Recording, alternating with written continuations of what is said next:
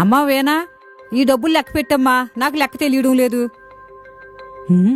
అత్తయ్య గారు, ఆ స్టవ్ ఆఫ్ చేయండి, నేను లెక్క పెడతాను. అలాగేనమ్మా. కొన్ని దాచేస్తాను. ఇన్ని నోట్లు ఉన్నాయి కాబట్టి డౌట్ రాదులే. అత్తయ్య గారికి లెక్క తెలియదు కాబట్టి ఇంకో కొన్ని తీసేస్తాను. ఇంక చాలులే.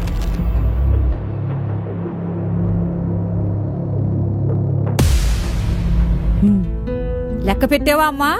20,000 ఉన్నాయి అత్తయ్య గారు. ఈ డబ్బులు మీకేనమ్మా. పెళ్లి రోజు వస్తుంది కదా, నువ్వు అబ్బాయి బట్టలు తీసుకోండమ్మా, అందుకే ఈ డబ్బులు దాచాను. అత్తయ్య గారు? అవునమ్మా. ఇదేంటి నేను ఎలా చేశాను? ఇంకెప్పుడు అత్తయ్య గారిని మోసం చేయకూడదు. అలాగేనండి, థ్యాంక్ యూ అత్తయ్య గారు. ఇవి మీరు తీసుకోండి. నాకెందుకమ్మా, మీరు కొనుక్కోండి. లేదత్తయ్య గారు, మా పెళ్లి రోజుకి మీరు కూడా పట్టు చీర కట్టుకోవాలి. సరేనమ్మా, నేను నీకిస్తే నువ్వు మళ్ళీ నాకు ఇస్తున్నావమ్మా.